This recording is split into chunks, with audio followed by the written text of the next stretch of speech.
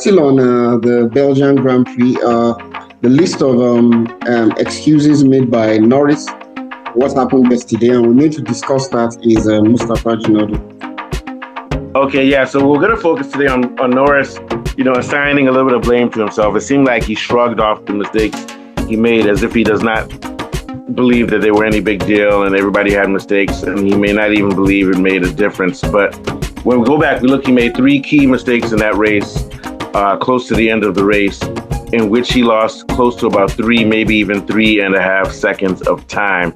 He ended up losing to Piastri, whose tires were in DEG, by 4 seconds. So I think it's very clear that without those mistakes that he made throughout the race, Norris should have been right on Piastri's heel. I don't think he would have won, but it would have been a lot closer. But as usual, under pressure, he made a mistake. Now, at the beginning of the race, it was clear that he was nervous in those raining conditions. I mean, you have a 30-minute delay, then another 30-minute delay, and the rain had even stopped at that point, and he was still saying, "Oh, conditions are too slippery. Conditions are too slippery. Let's do more safety laps." So that already gives you the mindset that he was under pressure, or maybe he was thinking he wanted to keep his advantage. But I think he was nervous at the start of the race. A lot of people are saying that the reason Piastri passed him was because of a slipstream. I think it was up to corner 5 or so. I'm not sure if that's the case, but there was even reports of him reporting that his the battery had lost a considerable amount of power. So he mentioned that as one of his, not as an excuse. Somebody asked him, was that an excuse? He said no. He also said that Stella said that Piastri had the same battery issue supposedly at the start, some sort of anomaly. But to me, it was just 2 things. He got nervous at the start, and maybe, to be honest, if Piastri really did deserve to pass him the same way that Verstappen passed him because of the slipstream. So let's talk about that first. What do you think about that? About him? It's a bit funny because in this kind of wet conditions, first and foremost, the slipstream effect is not as effective as it's made to look, because the drag and the spray would reduce its impact compared to dry conditions. So I don't think it's a significant factor. And then dirty air. Yeah. Although Verstappen did the same thing to Piastri in the sprint race, though, passing him. So I agree with you, but I do think that some people are saying that there might have been a little bit of a toe effect that was putting whoever starts first in the race at a disadvantage. Yeah, there's a toe effect, but I'm saying it's not significant enough. Significant enough. So it's just good driving by Piastri and maybe poor driving by Norris. Yeah. Yes, and then while wet conditions and headwinds can affect car balance and straight line speed, it's not a universal disadvantage to the leading car. It depends on the setup and the adaptation of the driver. He wasn't adaptable, basically. So now it's clear he made 3 mistakes, and he admitted that he did, but it looked like he was downplaying it. And he also said, I'm sure Piastri made mistakes too. You don't know what Piastri did. But take us back to his 3 mistakes that he made again for Falabi with the corners. I know he made, the first one was at corner 1. What lap was that? Yeah. I think it was, the first one was lap 5. He lost his lead on lap 5. No, I mean his first mistake on the corners. On the corners. They lost 1.9 seconds. Yeah. Okay, I think that was the one that on lap 12 where was that where he pitted for medium tires? No, well, he made 3 mistakes late in the race. I think the first one was around lap 30 or so like that.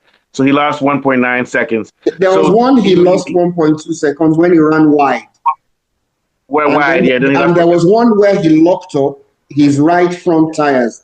That one cost him about 0.7 seconds. What was the one where he was behind? Was it not Sonoda? No, Isaac Adja. Isaac Adja. He was behind. That was on lap 40. He made 3. Yeah. So, but then after the race, he said, I made mistakes, but it's tough conditions. Everybody's pushing hard. But also, Piastri made mistakes. From what I saw, Piastri had no considerable mistakes at all in that race. He had no lockouts, no mistakes at the corners. If there was anything, it was imperceptible. But the point being is that once again, late in a race, or whether it's at the beginning of a race, at the beginning and late in the race, he drove less than optimally. And I'm being kind, because to be honest with you, to lose almost 3 seconds of time at the end of the race was a big had a big determination on the outcome of the race, because we know that he had harder tires than Piastri, and Piastri's tires were dying. So he was putting a lot of pressure on Piastri at the end. But again, he stumbled and bottled it. What are your thoughts? Yeah, I agree with you. And all these excuses kind of overstates the disadvantage for the leading driver. And it understates the defensive abilities or benefits. Because when you have clean air and braking zones, it actually favors the leading car more. I think he didn't defend as well as he ought to. And then if you look at the fact that he said Piastri would have likely overtaken him anyway due to drag and slipstream. I don't agree with that, because Norris got a strong exit from turn 1, but still lost the position quickly. And if you look at that, I feel his energy, that ERS stuff and tire grip somehow affected him, the way he maneuvered. He didn't adapt well enough. At the beginning, it was grip. He wasn't able to find a good enough grip in that water. Exactly. Which is why he continued. He was begging or saying that they needed to continue the safety car, because he couldn't feel any grip, and he wanted the track to get warmer, drier and drier before them allowing him to drive. It's just a matter of him not being able to feel grip, and this has been an issue that he's had all year this year with the car anyway. So you could just imagine what it would be in the rain if he's not able to gauge the grip on dry. Why would he be able to do it in the rain? So I mean, at the end of the day, we've said this a million times. Norris needs to start taking racecraft very serious. He needs to start thinking, what do I do in this situation at the start of the race to give myself the best opportunity of maintaining my lead after the first lap? Then he also needs to, well, at the end of the race, I won't say that was about racecraft. That was just more about nerves and not being able to handle that car at the limit, because he was pushing the car at the limit because he was trying to catch Piastri. So that's why he had the mistakes. But those types of mistakes where you lose 3 seconds total, and he lost like 1.2 seconds in a crucial state where he was beginning to close the gap, that's not going to help you at all. And we have to also remember one other issue that he made, which has to do with racecraft, was stopping to pit and change his tires a lap later than Piastri did. Yeah, it was the wrong strategy. Going out on tires that were wearing out. If he had stopped a lap earlier, he had the hard tire, he had the tire advantage. Piastri was having degradation. He might have had a shot of winning that race, but strategy and in the errors at the end, I think, cost him a chance of fighting for a win. And once again, he fails to convert Q1.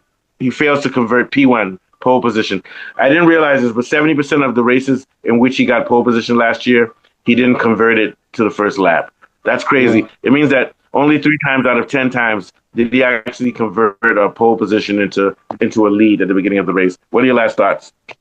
Yeah, I quite agree with you. It was bad strategy and errors. Because from the argument, they are making it look as if it was circumstantial. No, it wasn't because of the bad weather condition or the wetness of the circuit. I think it was errors and bad strategy. Because if you look at it, the conditions and the car behavior, even though they created challenges, they are not challenges that a driver of his ilk cannot defend from. You know, his defending was passive. His ERS strategy too wasn't good enough, and he hesitated psychologically. So I feel all these things are what actually affected his psychological hesitation, his passive defending, and also ERS strategy was not just good enough at the pressure points in the race. So basically, it was errors and wrong strategy, not circumstantial situation as it was put. Yeah, he should do better in Hungary, which is a slower track and not as technical. Yeah, so I think he has a good shot of winning there. Yeah. All right, so tomorrow we'll do the Hungary Grand Prix preview tomorrow. So take us out of Wallaby. Thank you. Okay, it's been another brilliant Formula One show. We have been discussing the excuses that are made out to protect. In fact, Andrea Stella also tried to protect him. Yeah, just protecting. Yeah, he was trying to protect him because he wants to keep the chemistry between the two drivers. But it was obvious those were errors. Those were errors. He said, "Oh, he made some minor errors," Minor and errors. then Norris kept saying, "I know Piastri made errors too." No, like you said yesterday, no, Norris, you're not Yeah. okay. No, They Norris, just want he the didn't guy to make. feel good with himself. No, he did that. He did that in Brazil. What you call it? Norris did that in Brazil. He said, "Oh, everybody says it's talent. It's not just talent. You know, when you want to take away a little bit from whoever won, he was taking a little away from Verstappen's glory. So his true colors always come out. We all know that Norris, I think, is sort of like an undercover narcissist, which is why he cares about what people think about him, and he gets nervous because he's worried about his image rather Right. than Sure. focusing on racecraft, focusing on technical skills and things like that. All right, Afalabi, thank you. Take us out. Okay, another brilliant Formula One show. We'll be back tomorrow to discuss Hungaroring. And from Mustafa and myself, bye for now. Have a good one. Yeah.